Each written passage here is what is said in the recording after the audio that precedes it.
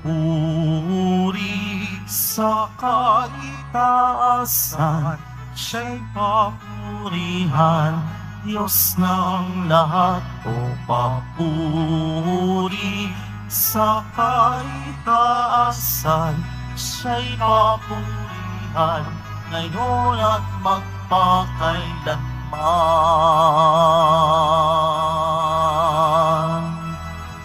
Umawi ang daigdigan, lahat ng naroon.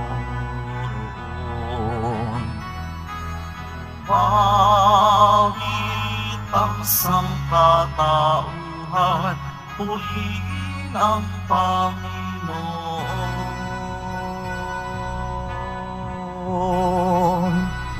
Papuri sa kaitaasan, siya'y papurihan, Diyos ng lahat.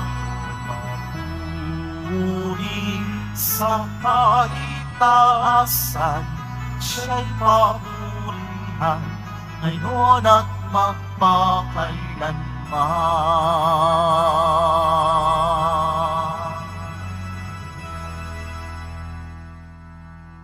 Simulan po natin ang pagdiriwang sa ngalan ng Ama at ng Anak at ng Espiritu Santo. Amen. Ang pagpapala ng ating Panginoong Hesukristo, ang pag-ibig ng Diyos Ama, at ang pagkikipagkaisa ng Espiritu Santo, naway sumainyong lahat. At sumaiyo rin.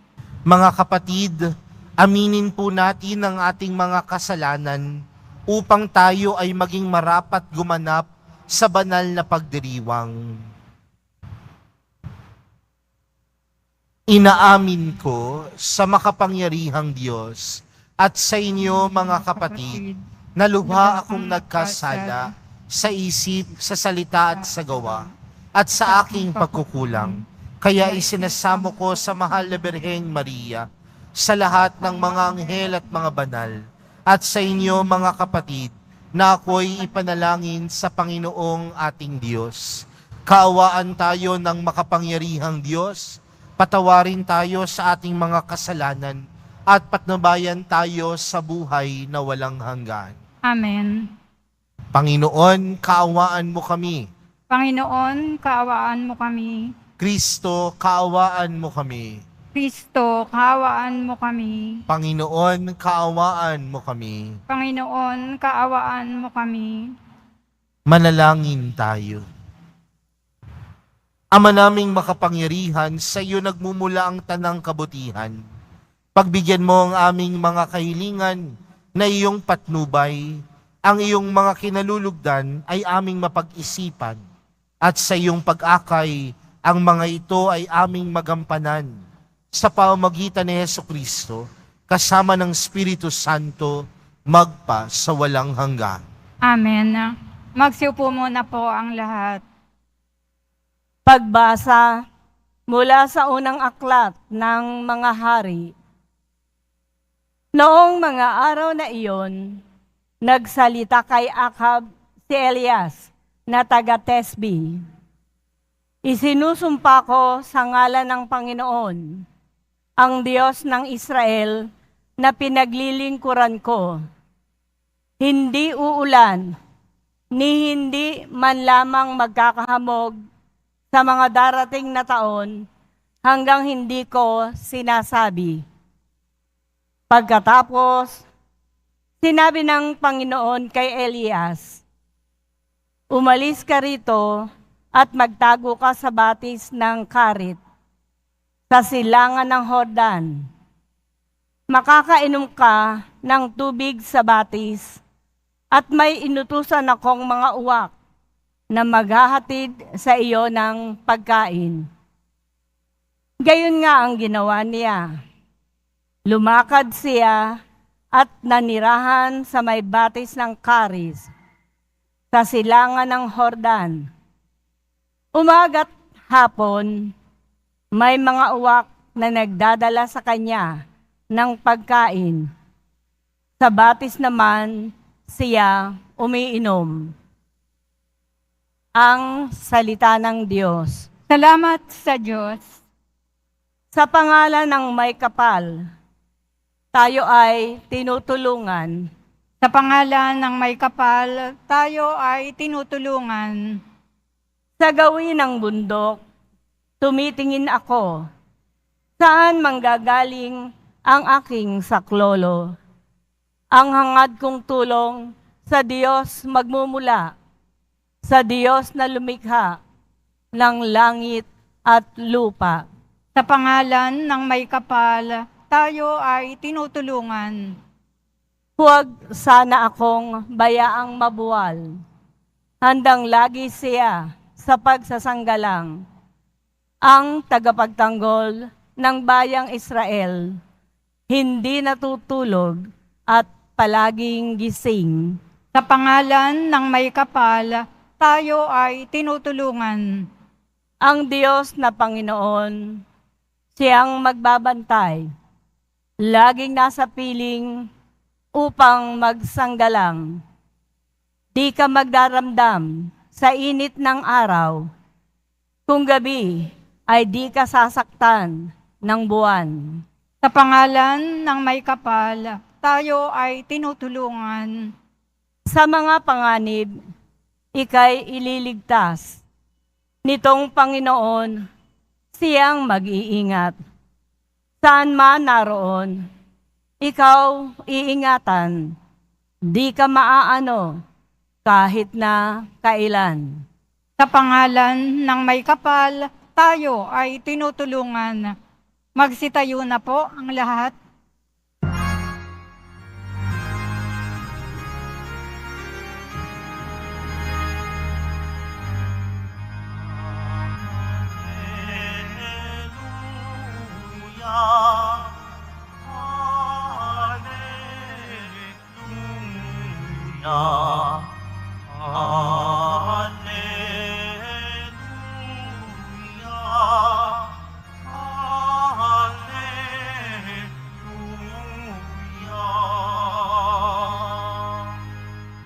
Magdiwang kayo't magsaya,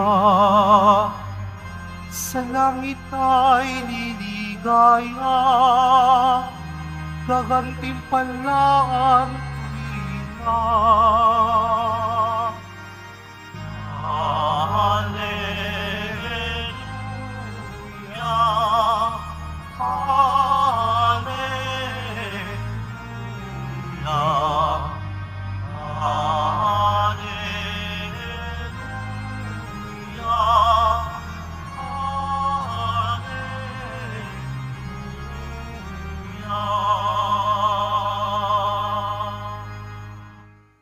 Sumainyo ang Panginoon.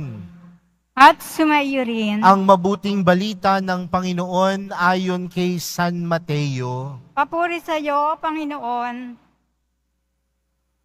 Noong panahong iyon, nang makita ni Jesus ang napakakapal na tao, umahon siya sa bundok. Pagkaupo niya'y lumapit ang kanyang mga alagad at sila'y tinuruan niya ng ganito. Mapalad ang mga aba na wala nang inaasahan kundi ang Diyos, sapagkat makakasama sila sa kanyang kaharian. Mapalad ang nahahapi sapagkat aaliwin sila ng Diyos. Mapalad ang mga mapagpakumbaba sapagkat tatamuhin nila ang ipinangako ng Diyos. Mapalad ang mga nagmimithing makatutupad sa kalooban ng Diyos sapagkat ipagkakaloob sa kanila ang kanilang minimithi. Mapalad ang mga mahabagin sapagkat kahabagan sila ng Diyos. Mapalad ang mga may malinis na puso sapagkat makikita nila ang Diyos. Mapalad ang mga gumagawa ng daan sa ikapagkakasundo sapagkat sila'y ituturing ng Diyos na mga anak niya. Mapalad ang mga pinag-uusig dahil sa kanilang pagsunod sa kalooban ng Diyos, sapagkat makakasama sila sa kanyang kaharian. Mapalad kayo kapag dahil sa aking inaalimura kayo ng mga tao, pinag-uusig, pinagwiwikaan ng lahat ng uri ng kasamaan na pawang kasinungalingan. Magdiwang kayo at magalak, sapagkat malaki ang inyong gantimpala sa langit. Gayon din ang ginawa ng mga tao sa mga propetang nauna sa inyo. Mga kapatid, ang mabuting balita ng Panginoon. Pinupuri ka namin, Panginoong Hesukristo. Magsiupo muna po ang lahat. Sa inyong lahat. Mga kapatid, sa atin pong ibanghelyong napakinggan, para sa araw na ito, nakita natin si Jesus na nagbibigay ng kanyang sermon sa bundok. Sa Ingles, tinatawag po natin tong Sermon on the Mount. At sa pagbibigay ng sermon ng Panginoon, sa pagbibigay turo ng Panginoon, si Jesus, ibinanggit niya sa atin yung tinatawag nating Beatitudes. At kung titingnan po natin ang turo ng Panginoon, tila kabaliktaran sa itinuturo ng mundo. Tinuturo ng Panginoon ang pagiging mapalad. Kapag tanungin ko po ba kayo sa mga oras na ito, ano po ba ang pagkakaintindi natin sa pagiging mapalad sa panahon natin ngayon? Marahil ang sasabihin ng isang tao, Father, mapalad ang taong yan dahil marami siyang pera. Mapalad ang taong yan kasi nakukuha niya ang lahat ng gusto niya. Mapalad ang taong yan kasi makapangyarihan siya. Dahil sa panahon natin ngayon, mga kapatid, ang tunay na mapalad, nakikita kung ikaw ay may ari-arian, kung ikaw ay may kapangyarihan, kung ikaw ay namumuhay sa karanyaan, at kung ikaw ay namumuhay na puno ng kaperahan. Yaan ang pagiging mapalad. Pero tila kabaliktaran sa itinuturo ng Panginoon. Bakit?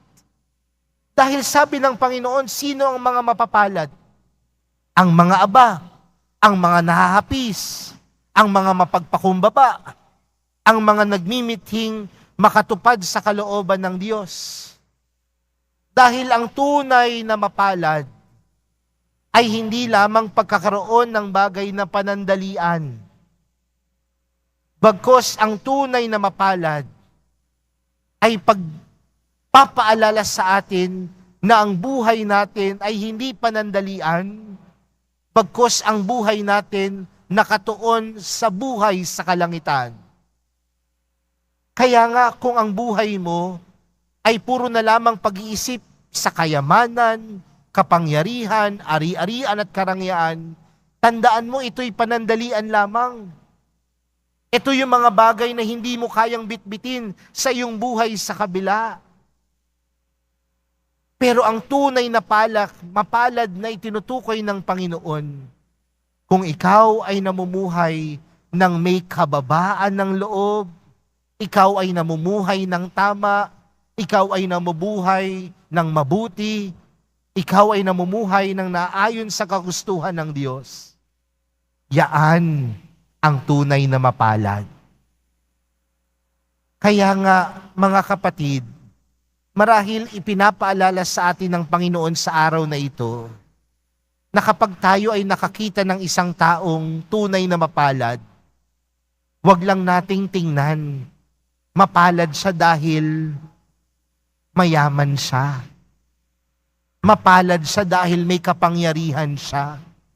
Mapalad siya kasi malaki yung bahay niya. Kundi masabi natin, ang taong yan mapalad kasi namumuhay siya ng tapat. Namumuhay siya ng may pagpapakumbaba. Namumuhay siya ng tama.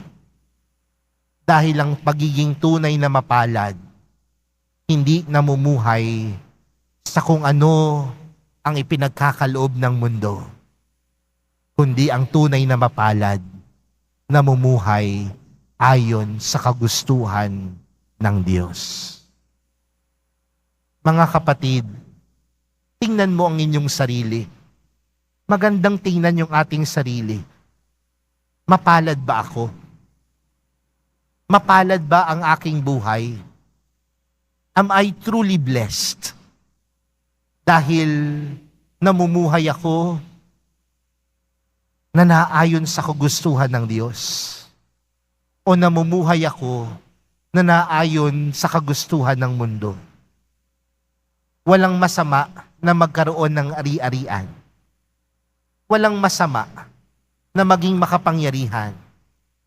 Walang masama na magkaroon ng pera.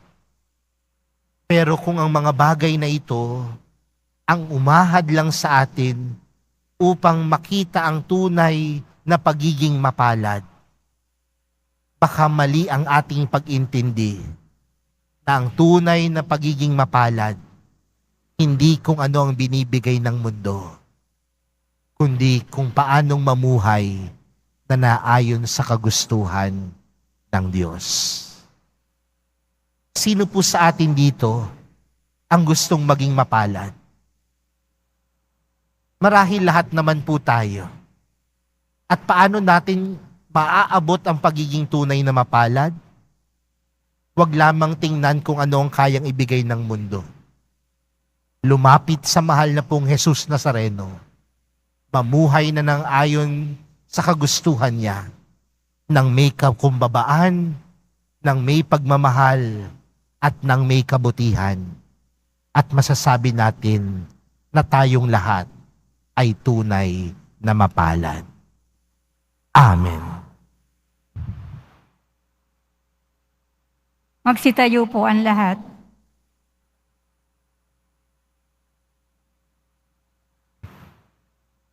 Minamahal kong mga kapatid, ang kaligayahan ang pinakamahirap na makamit sa lahat ng mga hinahangad ng tao. Manalangin tayo ngayon sa Diyos Ama para sa malalim na kapayapaang nagmumula sa ating buong pusong pagsandig sa Kanya. Ang ating panalangin, Ama ng biyaya, maging gantimpala ka namin. Ama ng biyaya, maging gantimpala ka namin. Simbahan, naway magkaroon ng tapang at lakas na ipahayag ang mabuting balita na siyang sagisag ng kasalungatan sa daigdig. Manalangin tayo. Ama ng biyaya, maging gantimpala ka namin. Yaong mga nahaharap sa mga pag-uusig dahil sa kanilang pagsaksi sa Ebanghelyo, naway makaranas ng kaginhawahan dulot ng presensya ni Kristo sa gitna ng kanilang paghihirap. Manalangin tayo. Ama ng biyaya, maging gantimpala ka namin. Atin nawang isa puso ang turong mapalad upang maging banal at masaya tayo sa pagtatatag ng kaharian ng Diyos dito sa lupa. Manalangin tayo. Ama ng biyaya, maging gantimpala ka namin. Ang mga may sakit at ang mga tumatangis sa pagpanaw ng kanilang mga mahal sa buhay, naway palakasin at hilumin sa kanilang kalungkutan at sakit. Manalangin tayo. Ama ng biyaya, maging gantimpala ka namin. Ang mga yumao, naway magkamit ng kaligayahan at kapayapaan ng makalangit na kaharian. Manalangin tayo. Ama ng biyaya, maging gantimpala ka namin. Walang hanggang Ama na babatid namin na may malalim na malasakit ka sa aming kasiyahan. Palakasin mo nawa kami at panatilihin mo kaming malapit sa iyo. Ikaw na pinagmumulan ng aming kapayapaan at kaligayahan. Hinihiling namin ito sa pamagitan ni Kristong aming Panginoon. Amen. Magsiupo muna po ang lahat.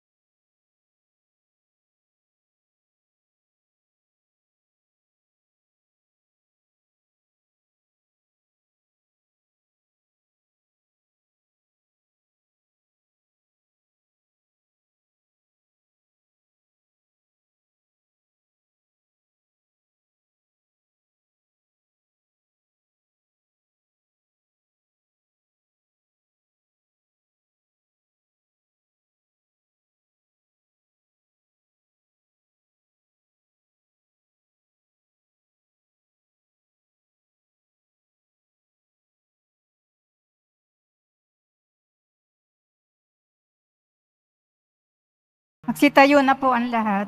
Manalangin po kayo mga kapatid upang ang paghahain natin ay kalugdan ng Diyos amang makapangyarihan.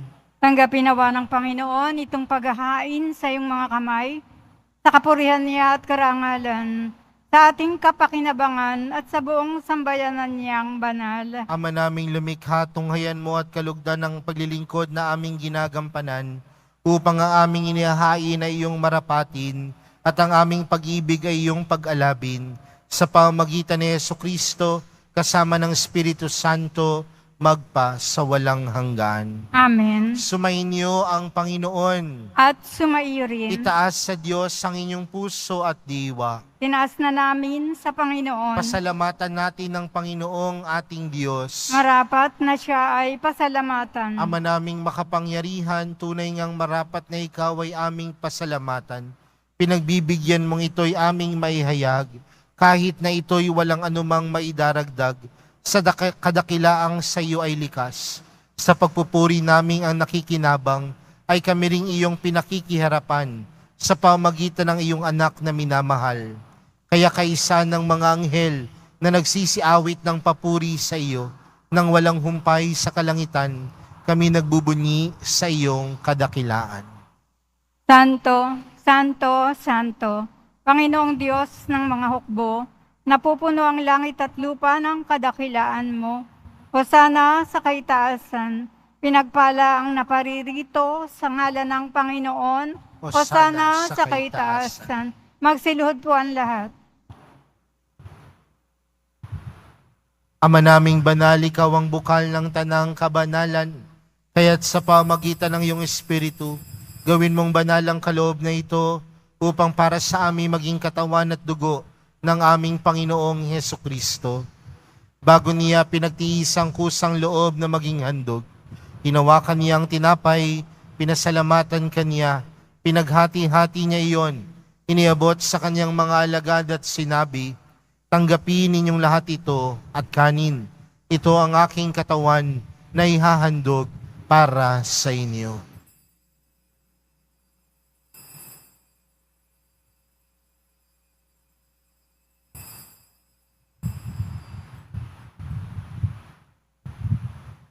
Gayon din naman noong matapos ang hapunan, hinawakan niya ang kalis. Muli kaniyang pinasalamatan. Iniabot niya ang kalis sa kaniyang mga alagad at sinabi, tanggapin ninyong lahat ito at inumin. Ito ang kalis ng aking dugo, ng bago at walang hanggang tipan. Ang aking dugo na ibubuhos para sa inyo at para sa lahat, sa ikapagpapatawad ng mga kasalanan. Gawin niyo ito sa pag-alala sa akin.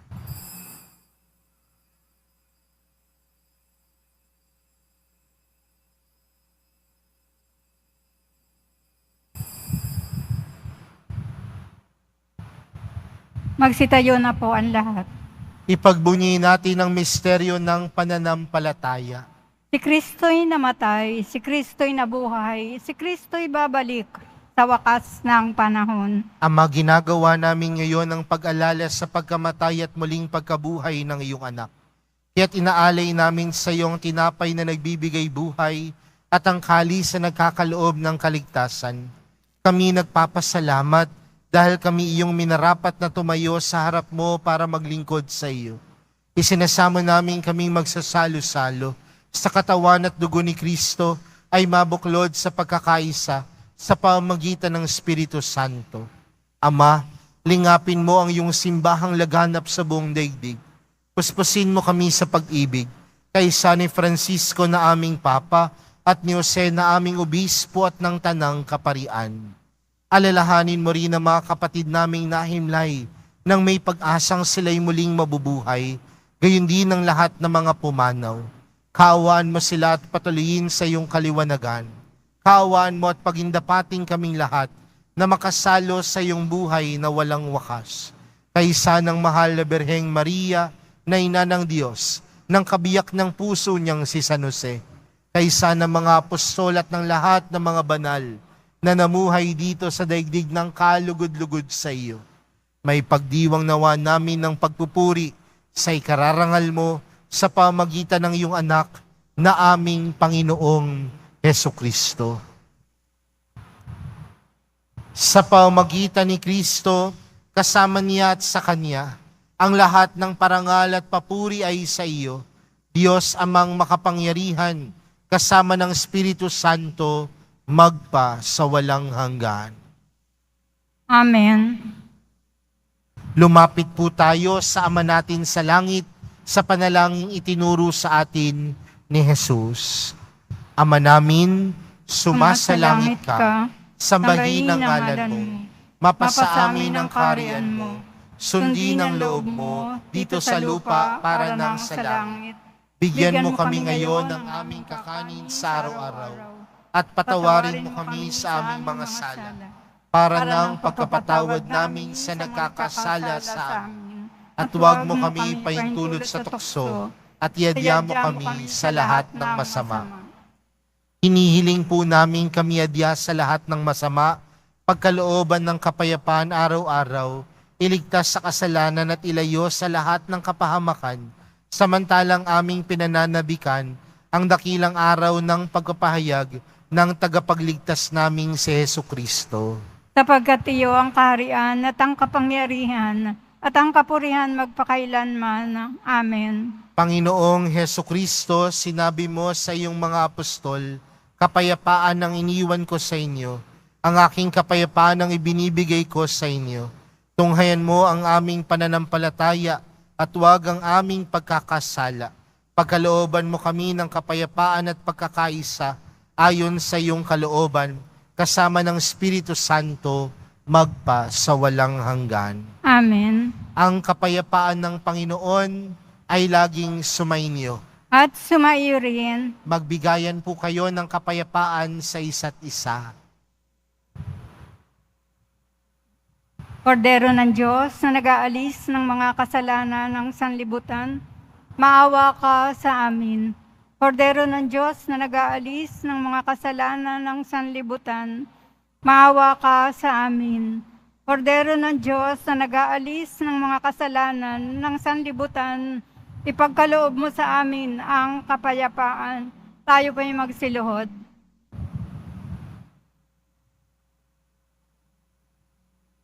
Narito si Jesus, ang Kordero ng Diyos. Siya ang nag-aalis ng kasalanan ng sanlibutan. Mapalad ang mga inaanyayahan sa kanyang piging. Panginoon, hindi ako karapat-dapat na magpatuloy sa iyo. Ngunit sa isang salita mo lamang ay gagaling na ako.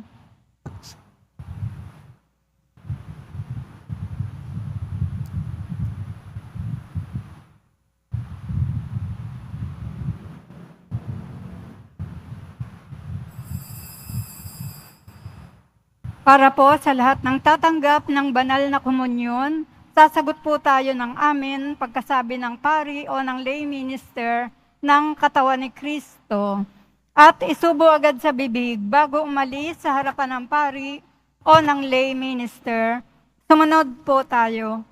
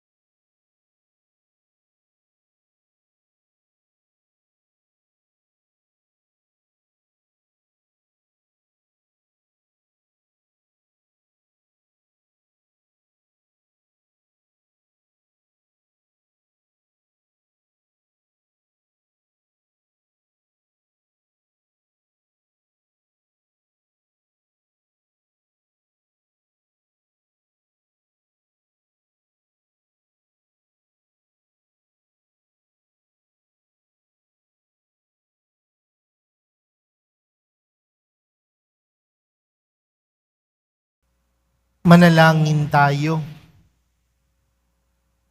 Ama naming mapagmahal, ang pagganap sa iyong pagibigay kagalingan ay pumawi nawa sa aming mga nagawang pagsuway, ay magdulot nawa ng iyong mga kinalulugdan. sa pamagitan ni Jesucristo, kasama ng Espiritu Santo, magpa sa walang hanggan. Amen. Sumainyo ang Panginoon. At sumaiyo rin. Mahal na pong Jesus Nazareno, inihayag mo sa pamagitan ng krus ang walang maliw na pag-ibig ng Diyos sa sangkatauhan. Pakinggan mo ang kahilingan ng iyong angkan na nagsusumamo sa iyo. Makamtanawa nila ang iyong katugunan at tanggapin ang kasagutan na may utang na loob na tinatanaw. Basbasan din po ninyo ang mga dala-dala nilang mga imahin at dasalan sa pamamagitan ng bendisyon na ito. Naway maalala nilang mga pangako nila noon sa binyag na ikaw ang kanilang iibigin at paglilingkuran bilang Panginoon magpa sa walang hanggan. Amen. At pagpalain po kayong lahat ng makapangyarihang Diyos, Ama, Anak, at ng Espiritu Santo. Amen. Humayo kayong taglayang kapayapaan ng Poong Jesus Nazareno. Salamat sa Diyos.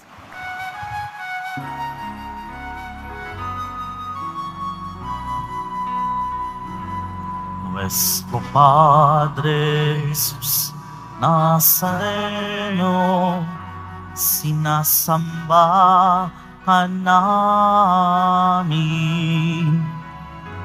Pinipintuho ka namin. Aral mo ang aming buhay at kaligtasan. Nuestro Padre Jesus Nazareno, iligtas mo kami sa kasalanan.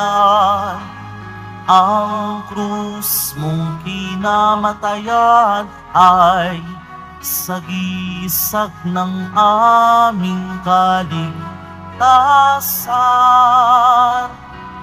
Nuestro Padre Jesus Nazareno, dinarangal ka namin. Nuestro Padre Jesus Nazareno, nilulwalhati ka namin. Nuestro Padre Jesus Nazareno, dinarangal ka namin. Nuestro Padre Jesus Nazareno, nilulwalhati ka namin.